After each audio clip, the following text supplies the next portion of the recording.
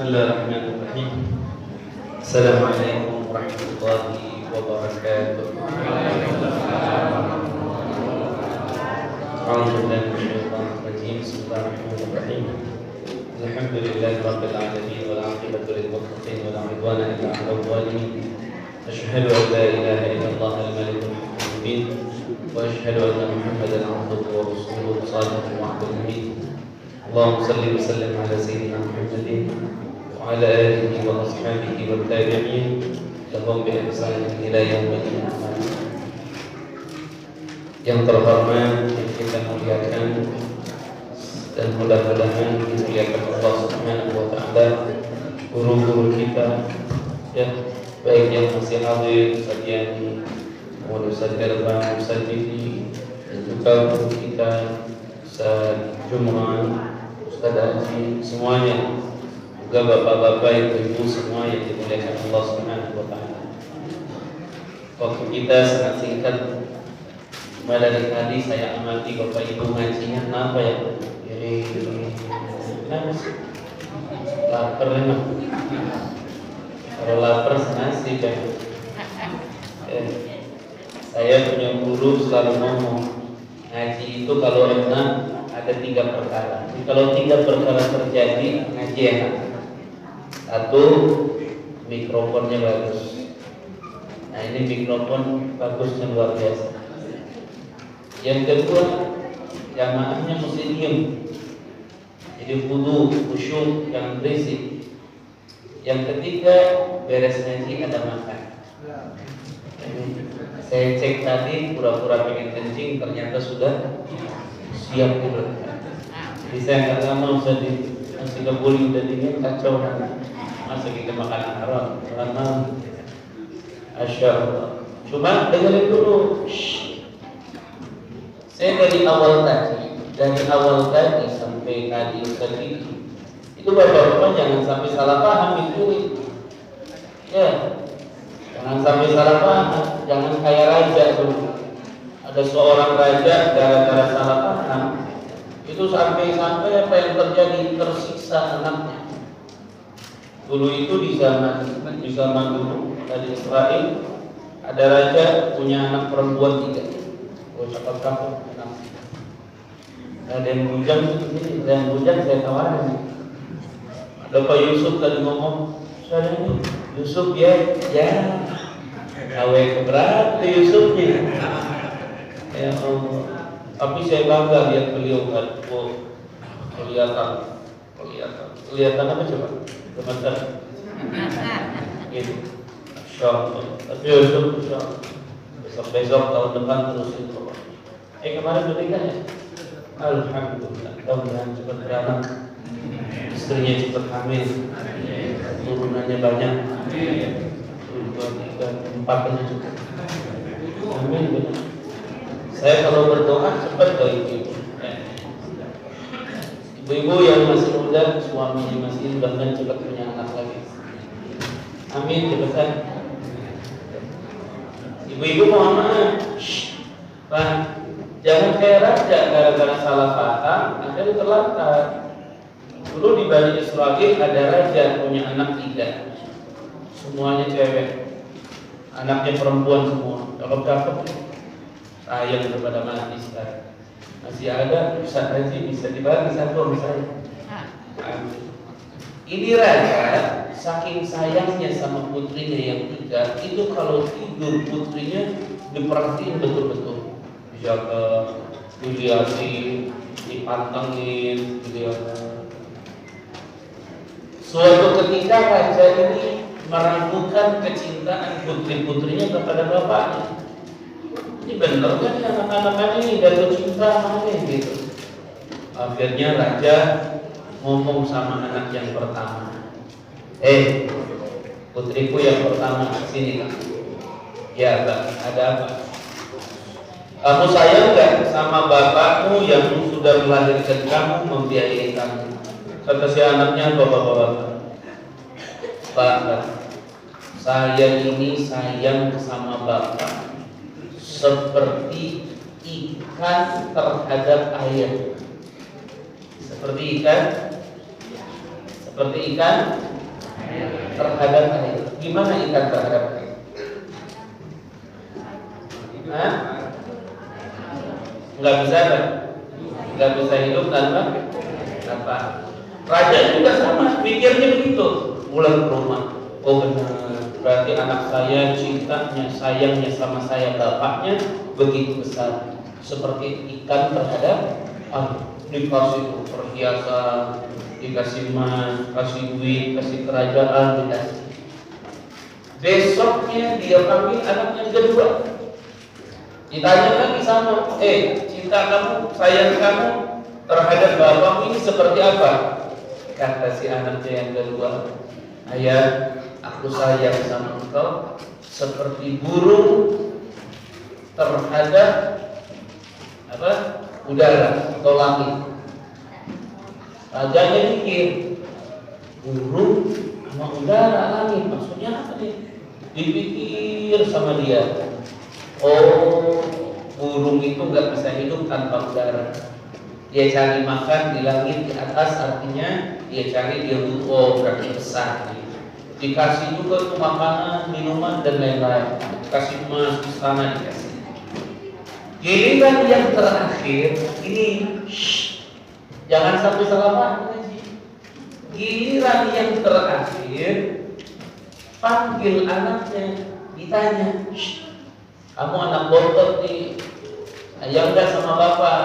Sayang pak. Sayang kamu batasannya seperti apa? Sampai di mana? Kata anaknya, seperti garam untuk makanan.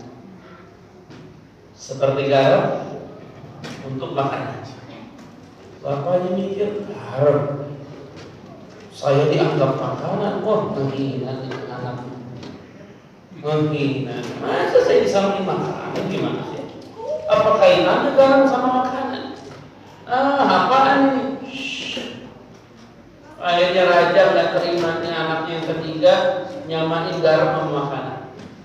Diusir anaknya, dikeluarin dari kerajaan. Compang camping dia hidup, nggak tahu arah kemana.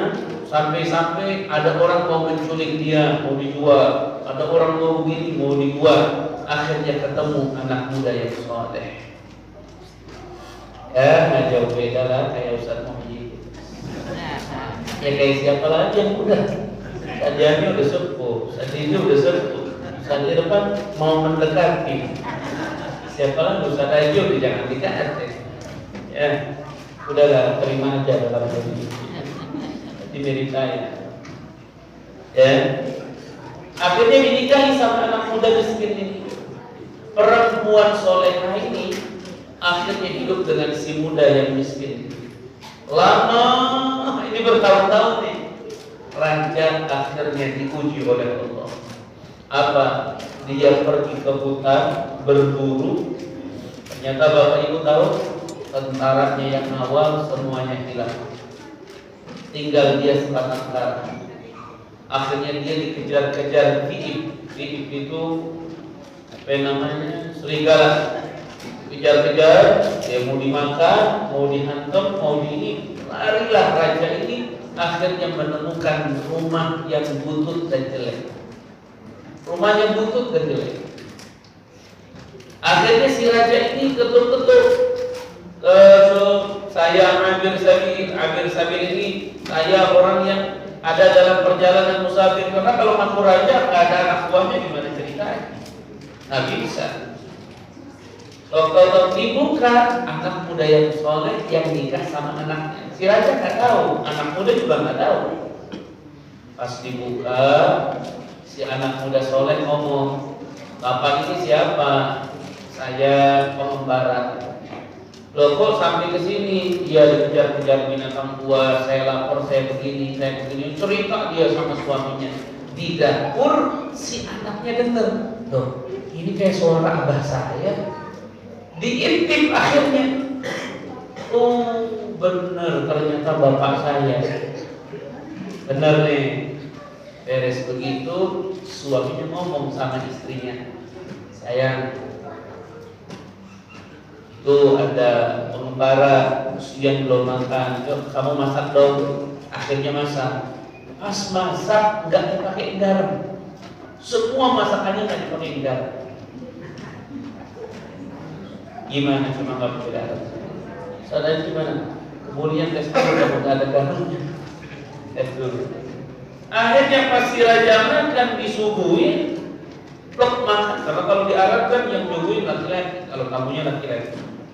Pas makan, dia nanya, "Fama balu hadha ta'am bila milih?" Apa katanya ini makanan kok nggak pakai garam? Pas ngomong begitu dia teringat. Oh, anak saya yang dulu teringat dia.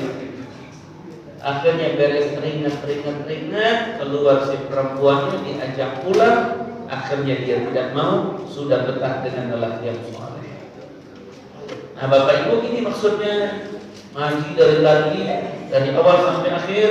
Awal jangan sampai gagal paham, nggak ngerti garam sama makanan. Ya, itu mesti betul-betul paham. Kenapa? Karena dari yang pertama sampai ketiga semuanya isinya ilmu yang sangat luar biasa. Cuman sayangnya doang ibu-ibu saya pikir-pikir juga gitu. Pikirin aja. Udah nggak semangat saat ngaji saat. Loh kenapa? Dari mana lo milisan? Ramadan mau masuk bentar lagi, beras celung lagi kagak kelihatan. Jauh pikirin pikirin puasa. Bapak Ibu, saya mau sampaikan janji Allah. Syahrul Ramadan kata Nabi, syahrul yuzadu fihi arzaqul mu'minin. Bulan Ramadan adalah bulan yang dijanjikan oleh Allah rezeki mukminin bakal ditambah. Bayangin coba, ada orang masuk Ramadan 2 hari sebelumnya udah ngomong-ngomong, belum punya duit, aduh duit gimana? Awal Ramadan bisa sahur sama daging, bayangin coba. Kebeli nggak daging? Kebelinya? Kebeli. Ustaz saya nggak kebeli, tapi makan daging itu sama aja. Pokoknya makan daging aja. Sahur pertama sampai enak. Kenapa? Dijamin oleh Allah rezekinya. Bayangin coba. Ya, buru-buru nih kayak saya, buru-buru bulan Ramadan nggak ngajar ngaji di sini. Tapi pas Ramadan tengah-tengah parselnya nyampe. Ya, sadar dia. Udah gini kemarin. Tapi tahun ini gedean lagi dikit. Gede ini, cuma kagak tahu aja. Bayangin coba, parcel. Udah parcel, Pak Arman nyolek-nyolek lagi. Pak Ustaz, lah nyolek-nyolek lagi. Sana di sana. Ininya ke sana, tapi yang mau ditakis gitu. Saya. Syahrul Ramadan, syahrul yuzadu fihi arzaqul mu'minin. Udah dijanjiin sama Allah. Makanya Bapak Ibu, Bapak Ibu dengerin kan? Dengerin. Itu Ramadan kekasih kita. Di Ramadan Allah bukan menjanjikan dunia saja, dunia dan akhirat Allah janjikan. Ayo, mau apa di bulan Ramadan? Bapak-bapak, jam segini sekarang udah lemesnya luar biasa. Tapi giliran Ramadan jam segini lemes nggak? Ibu-ibu saya tanya, saya tanya, kapan ibu-ibu makan es tiap hari? Es buah kapan? Gak ada. Ramadan makan es buah nggak tiap hari? Makan, ditambah sama Allah rezekinya. Makanya suaminya benar-benar berat.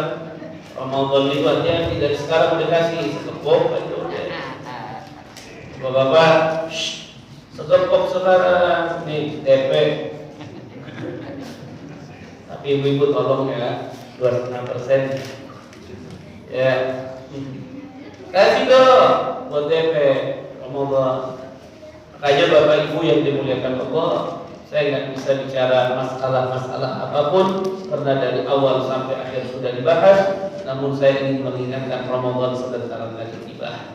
Sudah ada pengumuman katanya Muhammadiyah malam Kamis kalau nggak salah. Malam Ramadan belum ya? Malam Kamis. Nah, nanti Bapak Ibu, udah Bapak Ibu jangan berisik. Pokoknya saya doain mudah-mudahan Bapak Ibu bisa sampai ke Tanah Abang. Iya, amin cepetan. Kelompok yang di luar udah hitung-hitung di Tanah Abang. Ya. Mudah-mudahan sampai ke tanah suci. Itu udah ada rame nih sekarang, ada rame. Ada yang bilang malam Kamis, ada yang bilang malam Rebo. Gimana sih sikap kita secara fikih yang benar? Semangat, dengerin. Di kampung-kampung kita kadang-kadang ada 1-2 kiai sedikit nyeleneh, sok-sokan bisa ngitung. Kenapa saya bilang sok-sokan? Karena saya datangi. Ketika saya berbicara ilmu falak dan saya sampaikan, ayo kita bedah. Dalam artian kalau kita mau bicara ilmu falak, ayo mau kitab apa?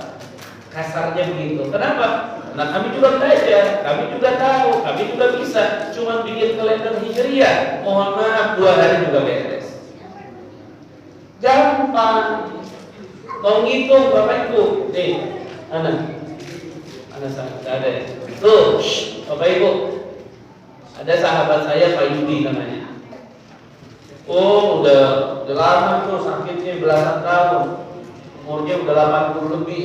Gak wafat-wafat, 16 tahun sakit.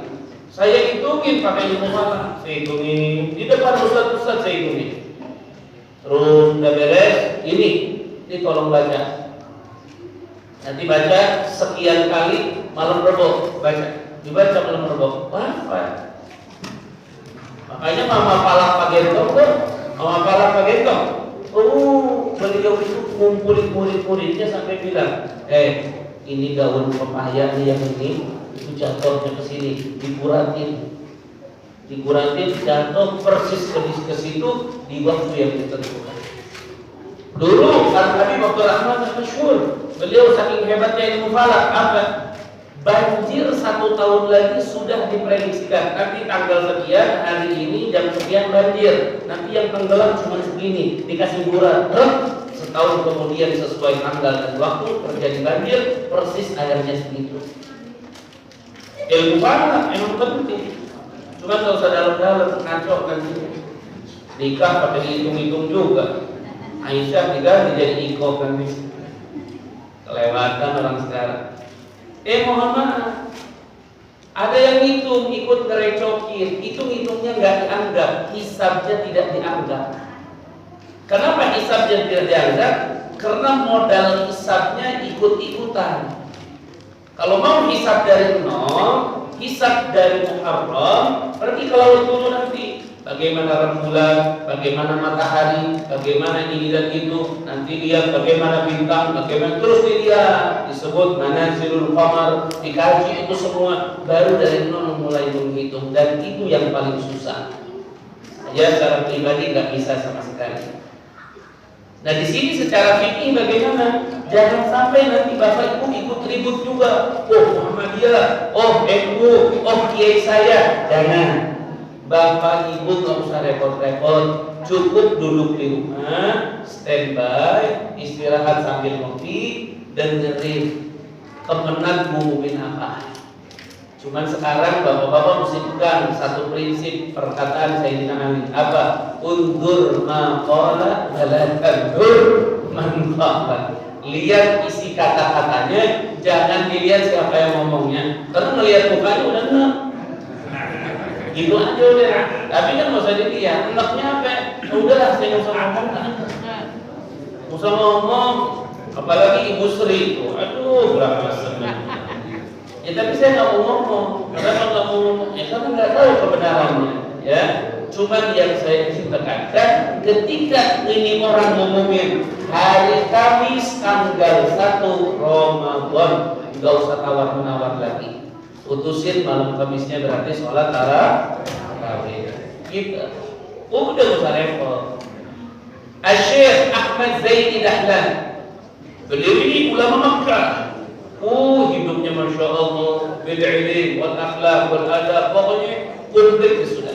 Syekh Ahmad Zaini Dahlan ditanya sama murid-muridnya, "Gala ya Syekh Ahmad, ya, kapan 1 Ramadan? Kapan 1 Ramadan?" Kata Syekh Ahmad Zaini Dahlan, "Tunggu pengumuman pemerintah. Kapan pemerintah umumin, kau ikuti." Loh, kan antum ini ulama, antum ini pintar, antum ini ngarang kitab, antum ini bisa. Iya, bisa, tapi kapasitas mengumumkan mereka yang punya wewenang. Tanggung jawab saya mengajarkan. Artinya apa? Kita udah ada dalam posisi yang enak, tinggal ikut. Tapi ingat, lihat ucapannya, jangan dilihat siapa yang bicara. Ibu-ibu pasti ngerti. Ya, paham yang pertama itu? Paham yang pertama? Ya. Yang kedua, yang sering diributkan di bulan Ramadan udah nggak aneh. Masalah apa? Sholat tarawih 8 sama 20. Diributin mulu ini masalah. Ya walaupun yang di masjid ini sudah saya yakin, ini yang yakin 20 semuanya. Tapi ya senangnya 8 juga. Yang begini nih, ini dari depan 20 semua. Cuma ketika sholat 8 udah pada kabur. Nanti mah coretin mukanya Pak Yusuf. Makanya guru saya selalu mencontohkan begini. Kalau ada raja, presiden ngomong begini, pokoknya orang yang sholat tarawih 1 rakaatnya dikasih 100.000. Kira-kira dia mau sholat berapa rakaat? Bapak-bapak mau sholat berapa rakaat kalau begitu? 20. Emang enggak 1.000 saya sholat. Sayang banget ini. Saya pribadi mohon maaf Bapak Ibu. Saya pribadi mohon maaf. Pernah saya sholat tarawih dalam satu malam itu 5 kali. Saya pribadi pernah sholat tarawih 5 kali. Beres sekali sholat tarawih saya pindah masjid. Sholat lagi saya pindah sholat lagi saya pindah masjid. Udah beres 5 kali sholat tarawih. Waktu itu selesai jam 3. Masih ada 1 jam ke sahur. Saya keliling ke beberapa masjid sholat 2 rakaat. Kenapa? Karena malam Ramadan itu bukan diperdebatkan 2, 4, 8, 20 bukan. Itu nggak penting, yang penting itu hidupkan malam Ramadan. Karena kalau berbicara misal, enggak usah tarawih tetap 8.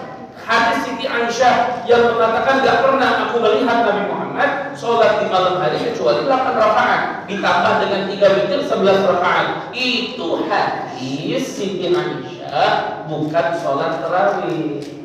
Itu sholat malamnya Nabi. Makanya dalam riwayat Siti Aisyah, aku tidak melihat Nabi sholat setiap malam di bulan Ramadan dan di luar Ramadan melebihi 11 rakaat.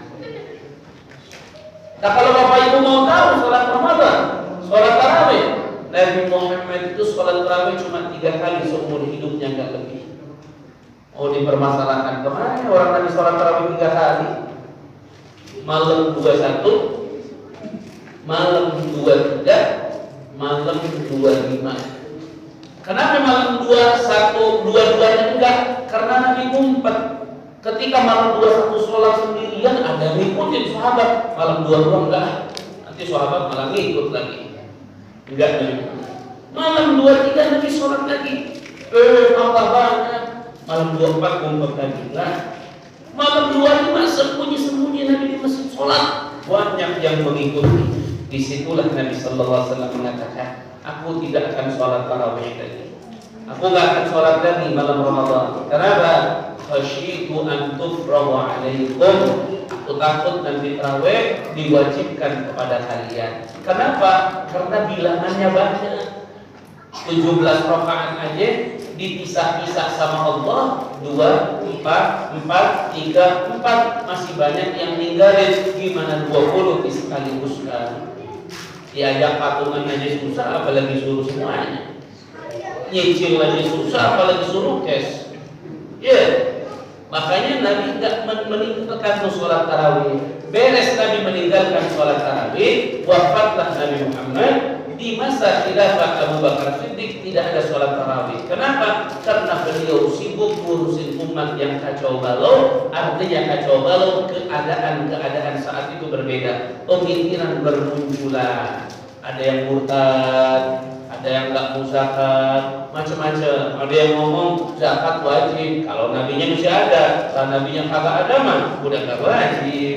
Akhirnya nggak mau zakat. Diperangi, dalam artian diperangi, dirapihkan. Nggak ada waktu bukan buat ngurusin tarawih.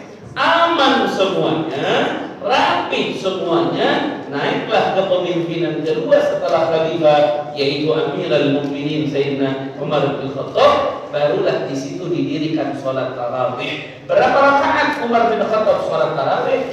20 rakaat. Silahkan buka ceritanya, silahkan buka dalilnya. Makanya kalau bapak-bapak ditanya, Ustaz, kenapa sih sholat itu disebut sholat tarawih? Pakai roh, tarawih. Kenapa? Karena di sholat itu memiliki tarwihah. Tarwihah itu apa? Istirahat. Jadi sholat tarawih itu sholat yang lezat dan nikmat, punya istirahat. Makanya orang-orang Madinah kalau sholat tarawih itu bukan 20, lebih. Mereka sholat tarawih 30.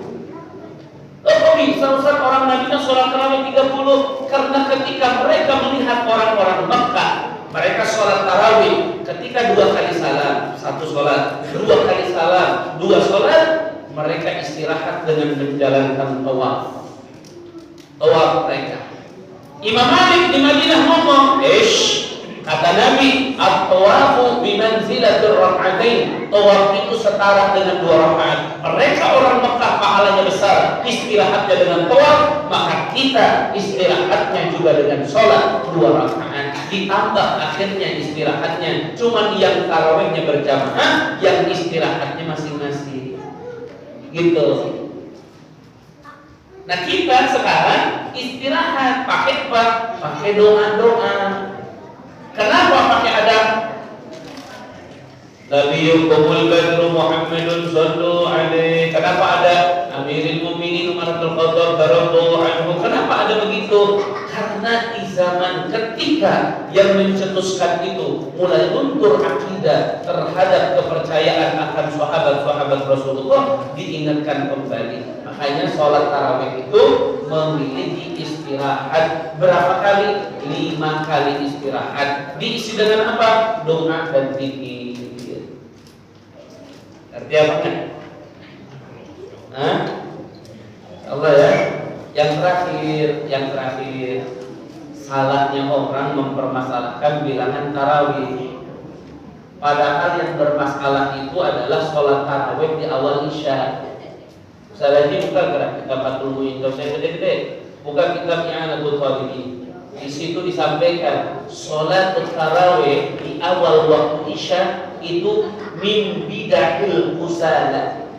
Itu bid'ah yang diperbaharui oleh para pemalas. Kenapa? Nabi Muhammad ngumpet-ngumpet malam hari. Sayyidina Umar sholat tarawih malam hari, diukur pakai jam kita jam 10 malam.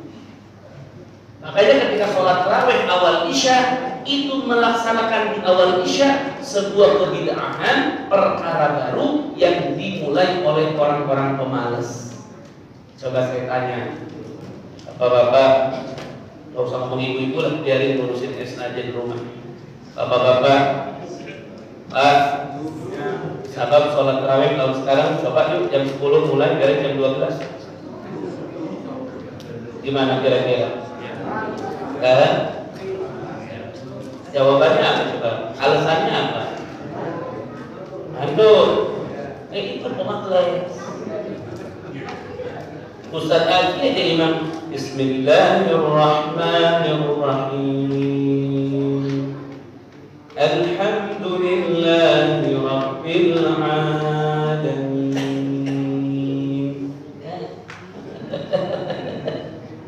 Lima sob jamaahnya itu beres 20, tinggal 1 orang lagi.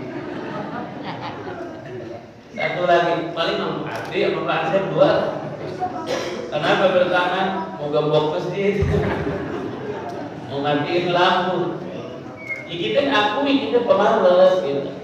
Makanya saya mencoba di pesantren. Saya pesantren kalau sholat tarawih nggak ada cerita sholat tarawih saya pada siang ada. Saya mulai sholat tarawih, mulai sholat isya jam 9. Sholat tarawih mulai jam 9:30. Beres tarawih dengan doa-doa itu jam 12 malam, 12:30 kadang-kadang. Jadi jam 12 malam itu baru beres sholat tarawih. Bapak-bapak mulai berdalil dalam hatinya. Enak Ustaz mah di pesantren jadi santri. Subuh capek sarare tapi kalau nah kita ayo bapak subuh nama gawe. Ayo Pak Ustaz kumaha jadi ngomong deh. Udah. Saya balikin bapak-bapak mau jangan kerja, cuti sudah. Ngomong lagi, lepas cuti nanti lebaran baju butut. Saya bilang lagi, lebaran bukan karena baju baru, lebaran itu karena kecintaan, ketakwaan yang baru. Bapak-bapak mendali lagi lah Ustaz. Kalau saya nggak kerja pagi, Ustaz nggak dapat kartu sama amplop. Saya berhenti kalau di situ. Bisa jawab lagi ya. Udahlah. Lakum di hukum waliyamin. Masya Allah. Karena kalau saya dapat repot ini, pengurus semuanya lengkap, ya hapus kacau ya.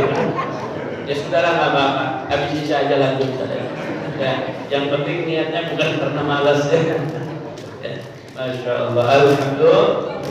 Ya, cuma saya kasih saran saja, Bapak Ibu, jangan pernah seperti anak-anak dalam beragama, gampang menyalahkan, gampang menyudutkan. Kita punya kitab, anjuran dan ajaran semuanya ada lengkap, gak usah direpot-repotkan, gak usah dipermasalahkan. Kalau Bapak Ibu ada yang kekeh mempermasalahkan tarawih, ayo duduk sama saya. Mempermasalahkan apa lagi? Ayo saya ada di sini, gak kemana-mana. Di rumah saya dekat, telepon saya, mau gimana, mau bicara apa, mau ketemu Ustaz siapa, bukan untuk berdebat, tapi untuk saling meyakinkan ini loh dalilnya. Ketika dua-duanya dalilnya benar, berarti dua-duanya benar.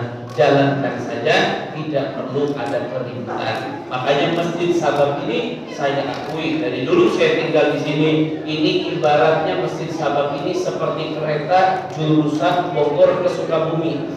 Walaupun ada longsor sekarang. Artinya apa? Ketika ada yang mau turun di Cigombong boleh, ada yang mau turun di Cicurug boleh, ada yang mau turun di Cikole boleh, tapi tujuan akhirnya di Sukabumi. Artinya imam dengan makmum tujuannya 20 rakaat. Ada yang mau 2 juga boleh. Kalau nggak punya muka. Ada yang mau 4 juga boleh. Ada yang mau 6 boleh, ada yang 8 langsung berat boleh, silahkan. Imam tidak mempermasalahkan itu. Alhamdulillah. Kita terus menjaga persaudaraan. Persaudaraan itu sangat penting. Wallahu a'lam bishawab. Itu saja yang bisa saya sampaikan. Oh iya Bapak Ibu, mohon doanya. Insyaallah malam Kamis saya akan berangkat ke Mekah Al-Mukarramah untuk menunaikan ibadah umrah di sana dan mau menggali tentang Al-Quran. Alhamdulillah di Cigombong ada 11 jamaah. Di Cigombong ada 11 jamaah ikut. Alhamdulillah. Insyaallah kita di sana mau mengkaji.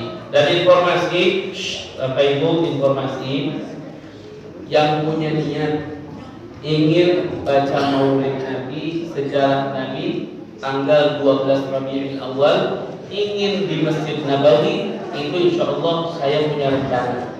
Jadi saya ini sekarang sudah bingung lah, habisin waktu ini nggak benar. Jadi saya ingin 12 Rabiul Awal, berarti kurang lebih bulan September, itu saya akan berangkat ke Mekah untuk baca Maulid Nabi di makam Rasul di luar tadi. Ya, maksudnya bapak-bapak, ibu-ibu yang mau ikut bareng saya, siapin dari sekarang. TP-nya sayain, kopernya saya kirim besok. Dan insya Allah perjalanannya sudah di 13 hari, pakai pesawat Emirat. 2 hari kita jalan-jalan di Abu Dhabi, lihat destinasi keislaman, padang pasir, sunset dan lain-lain. Kalau bapak ibu ke ujung genteng lihat matahari kan enak tuh. Laut di sana lihat matahari, padang pasir, tapi enak. Nyelupnya itu enak gitu, enak pokoknya. Jadi siapa yang mau ikut dari sekarang sudah bisa mendaftarkan. Insya Allah ongkosnya di kisaran 31 juta. Jadi 13 hari pakai Emirat, berangkat dari Jakarta langsung ke Abu Dhabi, 2 hari 2 malam di Abu Dhabi, keliling jalan-jalan. Setelah itu langsung ke Madinah, ngejar 12 Rabiul Awal, baca Maulid di makam Nabi, beres itu langsung ke Mekah menjalankan ibadah umrah insyaallah sebanyak 5 kali. Dulu sama Ustaz Haji sampai ada yang 7 ya. Sama Ustaz Haji ada yang sampai 7 kali. Ya, dan Ustaz Haji jadi saksi. Beliau termasuk yang teriak-teriak baca sholawat Badar ke tempat perang Badar sampai tidak diperiksa sama polisi. Alhamdulillah, artinya ada keberkahan.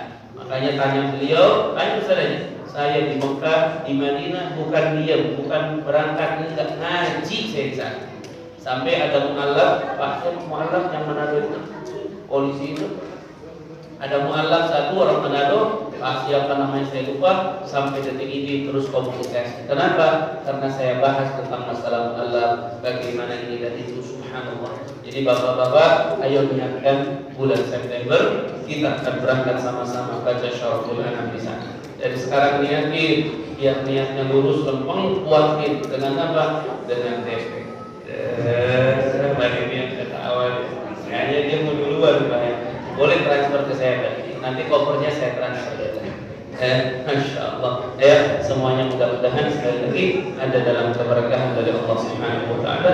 Guru-guru kita diberikan sehat walafiat panjang umur. Semua yang hadir ataupun yang tidak, tetangga kita, khususnya penduduk warga Ridho Permai, baik yang muslim maupun tidak, mudah-mudahan hidupnya aman bahagia, mudah-mudahan hidupnya selalu ada dalam hidayah dari Allah, dan kita khususnya mudah-mudahan wafat husnul khatimah, dan Allah berikan surga kepada kita semuanya, dan Allah berikan semangat kepada kita untuk terus belajar. Ya, Bapak Ibu sekali lagi, bulan Ramadan sudah tiba, sebentar lagi tiba, handphone kita semuanya ada, share ke Ustaz Haji atau ke saya pertanyaan-pertanyaan, pakai ini untuk belajar agar setiap saat kita terus belajar. Amin ya rabbal alamin. Bahkan kemarin anak Dede mana?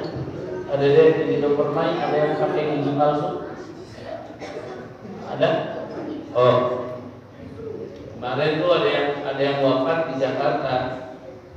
Mayatnya itu pakai gigi palsu di sini, mau dicopot. Ribut akhirnya, telepon saya di Lospeki. Saya ngomong, itu gigi palsu, dilihat dulu. Kalau giginya emas, copotin.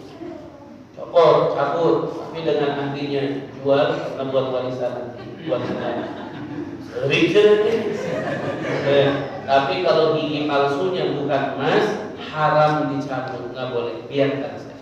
Karena laki mata tidak ada harganya. Kenapa nggak ada harganya? Karena kalau dicabut nggak bisa dijual. Udah dikubur aja dengan gigi. Ya, jadi maksudnya apa? Maksudnya handphone ini ternyata bisa jadi sarana untuk belajar. Makanya ibu-ibu kalau lagi beli bakso, pas diambil sambelnya ada lalapnya. Jangan langsung ini ada lalapnya, saya nggak mau, saya nggak jadi ya. Jangan, telepon saya, Ustaz, gimana hukumnya bakso kalau saya makan ada lalapnya? Nanti saya jawab, kalau lalapnya itu sudah ada, maka lalatnya tenggelamkan, terus ambil. Karena lalat di sayap kirinya ada racun, di sayap kanannya ada penawar. Sudah dilenyapkan, buang itu lalatnya, ambil baksonya. Jangan salah paham, buang baksonya, makan lalatnya. Itu kayak raja nanti. Assalamualaikum warahmatullahi wabarakatuh.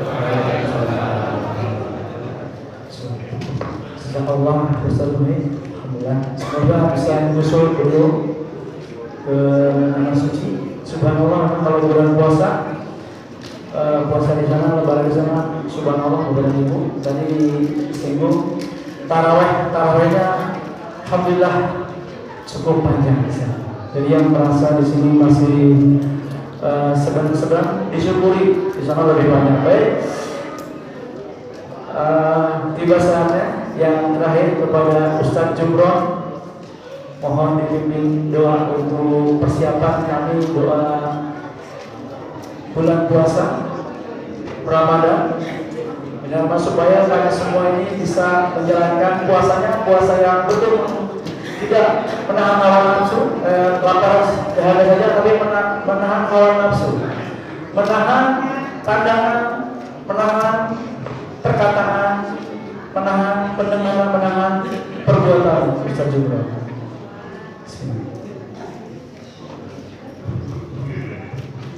Allahumma shalli wa sallim ala sayyidina wa habibina wa nabiyina wa syafi'ina maulana Muhammad wa salli wa sallim radhiyallahu ta'ala sadatina sabi sayyidina rasulillah ajma'in. Amin ya Allah ya rabbal alamin. Allahumma ihdinas siratal mustaqim, siratal ladzina an'amta 'alaihim minan nabiyyin was-siddiqin wasyuhada was-shalihin wa hasuna ulaika rafiqa. Allahumma ya hadiyal mudillin wa ya rahimal mudhibin, nas'aluka an tulhiqana bi ibadikas shalihin, nas'aluka an tulhiqana bi ibadikas shalihin alladzina an'amta 'alaihim minan nabiyyin was-siddiqin wasyuhada was-shalihin wa hasuna ulaika rafiqa.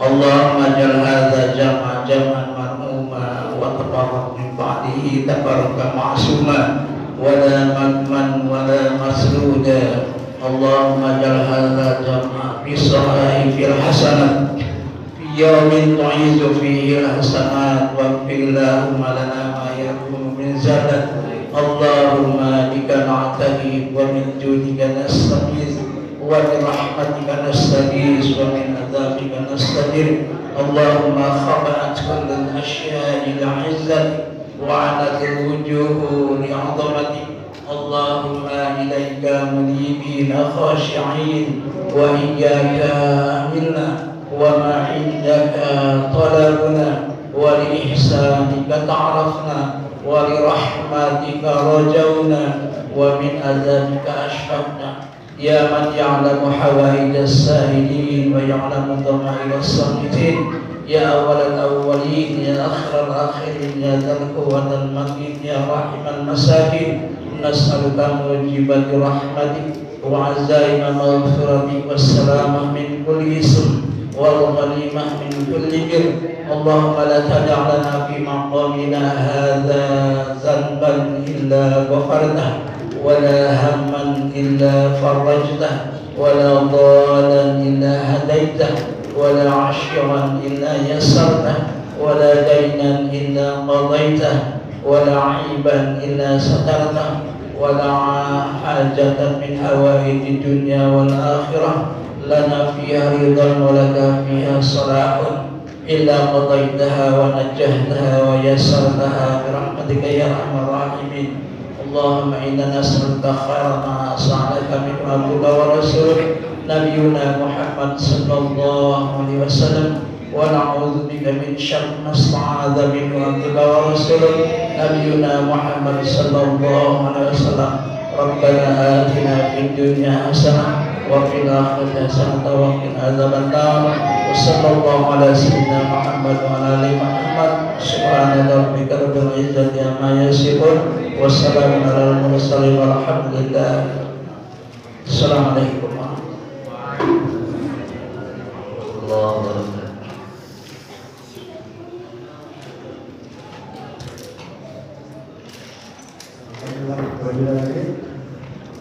kepada jamaah semuanya, semoga apa yang sudah disampaikan para guru kita menjadikan sebuah perubahan untuk kita semua, perubahan kedepannya. Dalam Ramadan ini kita petik, kita panen kebaikan jamaah. Alhamdulillah. Baik, yang terakhir kami mengucapkan terima kasih banyak kepada para donatur, panitia PHB dan ketua panitia Bapak Adi yang sudah menyiapkan persiapan ini sampai malam hari ini, dan mohon maaf apabila banyak kekurangan dari kami selalu pikiran. Kepada tamu undangan para guru dipersilakan ke ruang undangan para guru, silakan.